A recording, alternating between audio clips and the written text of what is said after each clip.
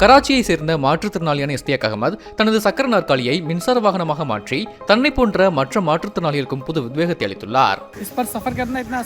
இதில் பயணிப்பது மிகவும் எளிதானது. உங்கள் இலக்கை அடைந்த பிறகு யாருடைய உதவியும் இல்லாமல் எளிதாக இந்த வாகனத்தை பிரித்து விடலாம். வண்டியை நிறுத்தியவுடன் ஹேண்டில் மற்றும் பிரேக்கை லாக் செய்து சக்கர நாற்காலியை முன்னே இழுத்து தனித்தனியாக பிரித்து விடலாம். தற்போது நான் ஓட்டி வந்த வண்டி அதன் இடத்தில் நிற்கிறது. என்னால் சக்கர நாற்காலியில் நகர்ந்து சென்று எந்த வேலையையும் செய்ய முடியும். முதுகுத்தண்டு காயம் காரணமாக இஸ்தியாக் அகமதுவின் கால்கள் நிரந்தரமாக செயலிழந்தன.